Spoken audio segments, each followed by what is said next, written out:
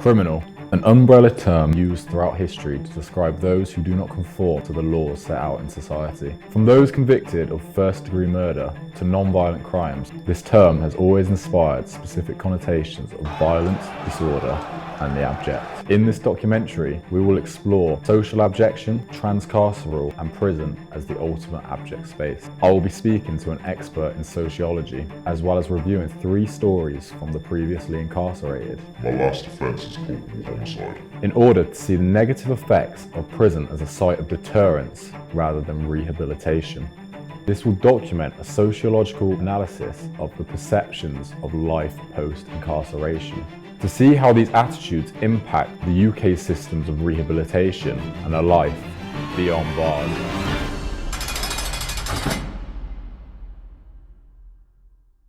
Theories surrounding abjection were first discussed in Julia Kristeva's Powers of Horror, which outlined an extremely visceral, internal rejection to an othering force. Built upon psychoanalytic theories of Sigmund Freud and Jacques Lacan, abjection is a mental and bodily revulsion to something which we feel disturbs our corporeal reality. The abject consequently situates itself in the position between the subject and the object, and due to it being in this uncanny in-between, challenges the borders of our body. Kristeva cites that the best example of abjection is the corpse, as it challenges our perceptions of life and our body, situating itself between life and between death. As Kristeva puts it, the corpse, seen without God and outside of science, is the utmost of abjection. It is death infecting life, abject. Due to the theory's roots in philosophy and psychology, abjection can be used to analyse our guttural reaction to something which disgusts us.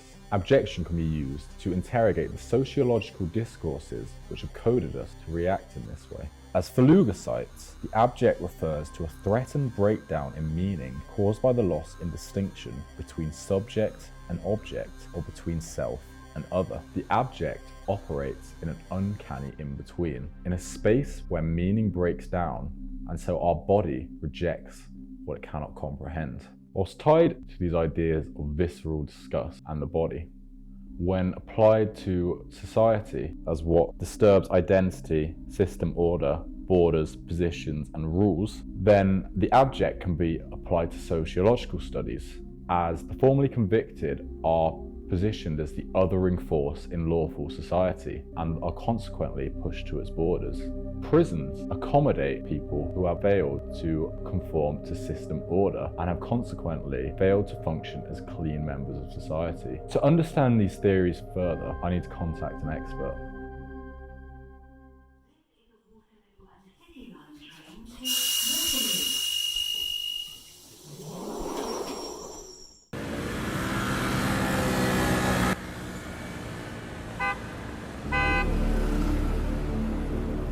Abjection is mostly to do with the body, and this can be a visceral disgust or it can be a social theory also. Social abjection is a concept which stems from the work of scholars like Judith Butler, Frantz Fanon, and George Batille. It is closely tied to the concept of stigmatization and stigma. And stigma is the ways in which understandings and stereotypes about a person or a group of people play out in both the media and society. The idea of stigma also applies to prison as a space. Despite the increasing modernity of prisons, they are still viewed in what Fredrickson described as imagined realities. This notion harks back to the Victorian design of prisons, which were initially constructed around the art of the Victorian era and Gothic horror. Stigma discredits a person's value. What happens is that society sees them through this lens which has been put onto the individual, which then excludes them from normality. Ultimately, there is a politics in the abject, as it is framed through stigma and stigmatization. It is not just the design of prisons which reflects the abject, but also existence within them. As Smith cites, they are a dungeon tomb, housing creatures exiled from the world, persisting in a carceral living death. This imagined reality of prison life is what causes it to be so othering, as incarceration operates in between life and in between death. Moreover, fictional and non-fictional portrayals of the prison are obsessed with it as a site of fear, of brutality, of spatial confinement, of dirt. This builds an uneasy sense of this othering, polluting force and highlights prison as the ultimate abject space. Ex-criminals are therefore stigmatized not only for their behavior, but also for their occupancy in such an othering and polluting space. As prison operates as the ultimate space separate from ordered society, our first story will explore how the abject becomes a permanent status, as those who are formally convicted are left as permanent markers of the carceral.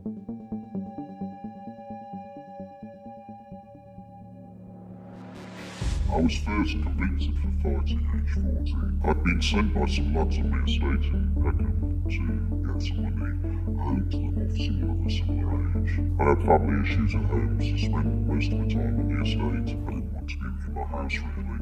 I was brought up by the lads in my area. You don't really think about being in a gang until you're arrested and the police sit you down. They target younger kids who they know they can manipulate. They knew the issues with my family. The older lads are so friendly at the start and they suck you in. You feel like it's a family away from home. But then things keep spiralling and you keep doing things more and more out of your comfort zone. The older lads in the gang started selling drugs in my area. It started out small at first, like a few ounces of weed, but it started to get traction. Soon we were selling pills, ketamine, spice. Our biggest seller was cocaine. It was then when I started getting addicted to drugs. I was taking anything the olders would give to me. At the time, I thought they were doing me a favour. It was only when I got older, I realised it was just to make sure I'd keep coming back to them. But when you're selling that much, you start getting attention from the wrong type of people. And I don't mean the police. My friends started getting jumps, coming home at night. It's ruthless, honestly. But they knew how to make me keep coming back. I was trapped in a cycle of addiction, stacked on top of the money I was making as a teenager. No wonder I couldn't get out. Things were getting violent on the estate, so we were holding out our stash at a safe trap house. The oldest said it was too hot for them, so me and two other guys had to guard it. The police seized over 15 grand's worth of Class A drugs and 3 illegal knives when they kicked down the door that night. I pleaded guilty to the possession of drugs with the intention to sell, and got 8 years. I can't really comment on my time inside prison much. It was underfunded, claustrophobic and dirty. It all seemed a bit of a dream. Years of putting drugs on the guns meant I'd have to have my canine and incisors pulled out in my 3rd year. Moran cites one of the key examples of the transcarceral is to do with dental care inside prison. Due to underfunding, lots of dental care is reserved only for emergency cases, and this leads to prisoners' teeth being pulled rather than repaired. A survey from Public Health England detailed that prisoners were 4 times more likely to experience dental decay than the general public, suggesting that the formerly convicted served as embodied extensions of the prisons in which they were detained. It was 8 years after I was released that I'd saved for dentures. People know when you're missing teeth that something like that has gone on in your life. On dates, at interviews, I would always catch people's eyes flitting down. It's a sort of memento from the jail time. Williams reinforces this argument, suggesting that missing teeth are a clear sign of previous incarceration, and describes how this leads to difficulties later in life. Add to this parole conditions, which include ankle tagging, monitoring from parole officers, and the stigmatization surrounding post-prison embodiment. The carceral extends beyond the formal institution, as ex-offenders are identified as abject and consequently treated as such. I came out of prison and I decided to leave London, get out of the estate and try to find a job. I was finally lucky to get one in a supermarket in my area and live a relatively stress-free existence. But so many don't make it out of this cycle. You are released from prison and go straight back to the area you came from, with no money, After a while, you slip back in the same ways of making money, because there is so little opportunity and little support. A lot needs to be done to change perspectives, both inside these areas and outside. Whilst they are looked down on, they're just going to behave in the same way. Justin's story explains the trapping nature of criminality. Tied up with addiction, lower class status, and with markers of his jail time, Justin's interview not only details how stigma leads to higher reoffending rates, but identifies how his abject status put up barriers in his personal and professional life which led him to this reoffending. Our next story follows the same trends. A low-income household and then an inability to escape the cycle of criminality.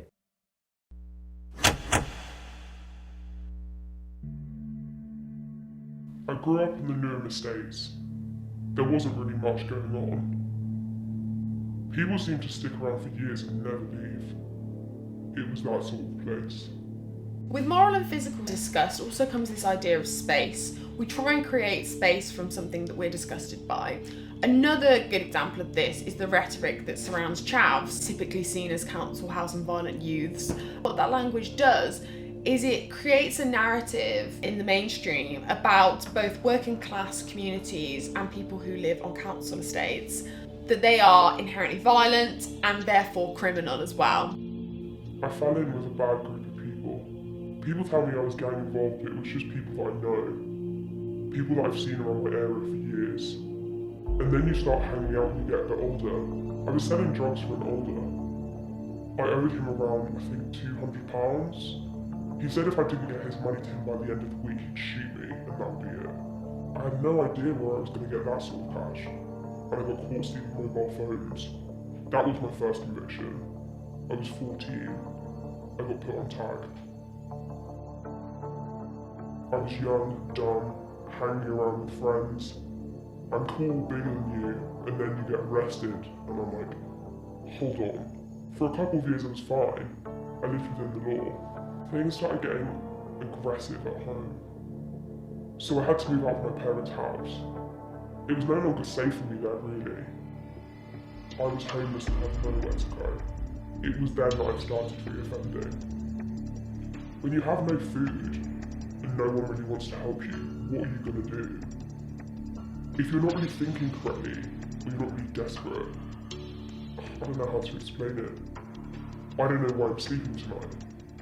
It's like, I'm so sorry I have to eat. To be honest, like, it's your phone, it's not the end of the world. I tried to turn to social services. I didn't have any family. All I'm doing is committing crimes. You owe money, you go and commit some crimes. I knew I was going to jail. There was a time before I went in that I wanted to go to jail. It needed to happen, basically. I was arrested the night before my 18th birthday. I was really desperate for a night, so I set out on the estate. I saw a girl on the other side of the road. She was on her own, nice coat, new shoes. I needed whatever she had more, so I pulled a knife from her and asked for her phone, purse, jewellery, anything I could flog really. So the police pulled up and arrested me.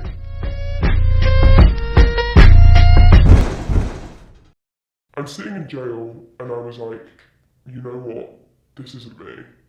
I needed to improve my life and I needed to make a step forward. Social services helped me a lot to find employment, but it is difficult. I'd not finished school, I got my GCSEs. As soon as you put in that you've got a criminal conviction, you can't even finish the application. What is seen in ex-convicts is that they are stigmatised because of their ex-criminality. In this sense, the abject form their own class because they are outcasts. It is their behaviour which disgusts us because it does not conform to the laws of our society. Sometimes you don't make the best choice because you think it's your only choice, and then you have to pay the price. That's what you have to do, and then you try and come out and best yourself because you don't want to go back there. There's definitely a big stigma surrounding prison, but it's in my past and I'm trying to move on from it. Our final interview discusses Martin's inability to escape his criminality and how he kept being sucked back into his old life. Martin's crime is one which causes the ultimate revulsion and consequently the ultimate abjection. The taking of someone's life.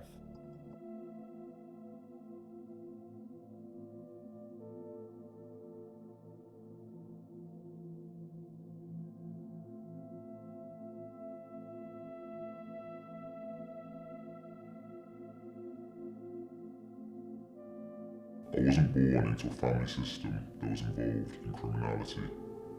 It wasn't a career choice for me. It was just the way it was. It was natural. My family didn't want me involved in crime, but I just followed the examples of those around me, you know. I was 7 when I was first put into the criminal justice system. It's overlooked that your behaviour is inherently related to your socio-economic status. If you're born into poverty and violence, you're more likely to commit a crime. I'd also be going to children's panels to face 20 or 30 charges at a time. It was like swimming underwater, and I just held my breath while all these adults sat making decisions about my life. At 15, I received a sentence for violent behaviour. I spent my first night in Barlinnie prison before being moved to a young offenders institution. I then began a year's sentence in a secure care unit. I was terrified and I cried myself to sleep. I was in an adult prison. I was just a kid locked up alongside young people serving life sentences for like battery, murder, all sorts really. When I left the outside world, it wasn't that much better. It was just chaos. My dad was away with another woman and my mum was dying of alcoholism. I'd find her having alcoholic seizures all covered in blood because she'd fallen and split her head open. I can't remember the number of times I had to take her to hospital. I started running with lads on my housing schemes.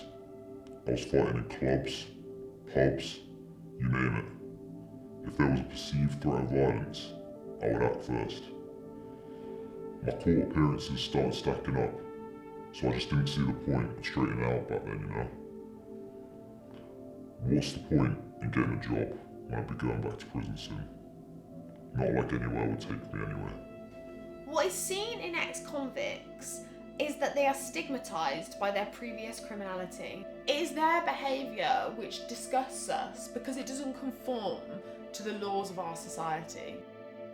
The difference between criminals and those throughout history is that criminality is seen as a choice. The previously convicted are seen as justified abjects in this sense. Even after being released from prison, that is a mark which will be difficult to get away from because they will forever be seen as abject. Once you commit a crime, you are less likely to be able to find work and will therefore become desperate. The more desperate you are, the more likely you are to commit a crime.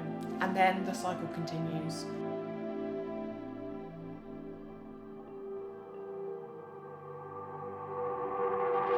Everything sort of exploded when I saw a guy I had a few fights with at a bus stop. He'd broken my cheekbone in a club a few months back. It started with pushing, and I can't really remember who saw him first. I hit him hard and he fell into the bus arriving. I wanted revenge for what happened on that night, but I didn't want him to lose his life. When it came to trial, I pleaded guilty. I didn't want to put his family through a trial.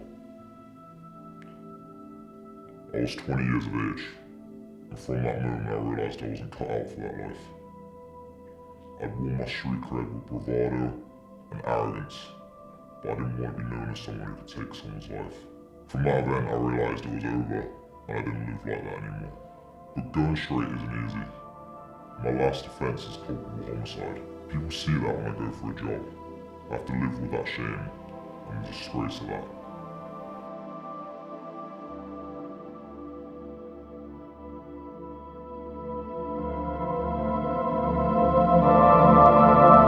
When I got out of prison, I felt hunted in my housing scheme, and I knew people wanted revenge for what had happened.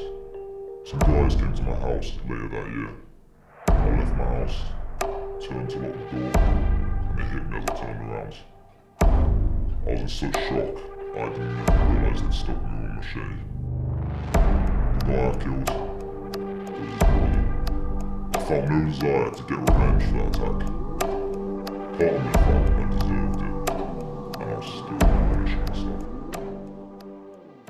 was released on parole, but I didn't really trust the police or anyone in the system. It was only when I found a mentor that shit started to turn around. He said he'd been through similar stuff. He laid his life out in front of me.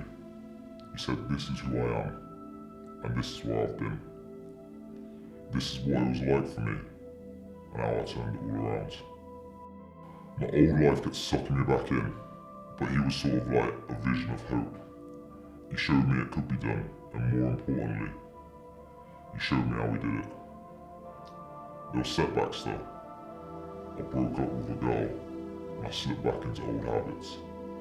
I developed a painkiller addiction at Shotts Prison, and I carried it with me. Later that year I was homeless again. When I was homeless I met this copper in a cafe, and he said to me, we're locking up people for fighting, and we let them out and they do it all over again. We're getting it wrong. He said he's sick of locking them up, and he's sick of watching them kill each other. Things gradually got better for me after that, but I still couldn't get a job. So I volunteered with the violence reduction unit he was running. I spoke at a meeting with young people in Glasgow's gangs. I got my own place to live, a job with the children's charity, and a mentor role with the violence reduction unit. I still had difficulties though. It isn't easy walking away from that lifestyle, especially when your family is still entrenched in it. And it seems the whole world seems to have an idea of you laid out already. You need support. You can't do it yourself. A couple people gave me a chance, and if they just had a standard view of an ex-convict, I wouldn't be here today. Staying in a maximum security prison is not a normal life, but that's also an ambition, to reduce the feeling of being in a prison as much as possible. And to see the progress and see the changes, that's the best way to go. You have the guards, you know, they was very kind to me when I came. They are still very kind. Likened to a college accommodation, Norway's system focuses heavily on humanism. Inmates live in a monitored community in which they are free to socialise, to cook their own meals, and even order packages. Yet, 2-year recidivism rates in Norway only total 20%, compared to England and Wales's 47.5% since 2010. Norway's system is therefore pertinent in understanding how abjection impedes rehabilitation. When not detained in the ultimate abject space, prisoners are not left with the emotional and physical markers of their incarceration and are consequently less likely to reoffend. Whilst other factors are at play other than the prisons, the statistics do highlight that this concept of abject status and ostracisation, that be through class status, markers left by prison, or the UK's class system, has a direct correlation to reoffending. It is not my intention to suggest that this is the solution for the UK, as there are so many socio-economic factors at play. However, in a justice system obsessed with deterrence and pragmatism, this emotive humanism appears to remove the abject status from prisons and thus lower reoffending rates. And this is the purpose of this documentary, to highlight that whilst deterring first-time convictions, the UK's prison system, combined with the cinematic portrayals of the formerly convicted, contributes to recurrent crime, as those who are formerly incarcerated are positioned as abject and are ostracised and are consequently more likely to reoffend in the future. Yet, in my research, I too have become hypocritical, feeding into what Jacobson cites as a morbid curiosity. I conform to the traditional tropes of a prison documentary. I revolved my interviews around the crimes of my interviewees, and rather than deploying the humanism I have suggested, I positioned them as silhouetted and consequently as suspects. My warped voices and silhouetted interviews undermine my argument for the sake of a prison aesthetic. Whilst this was in the interest of anonymity, I posed this question.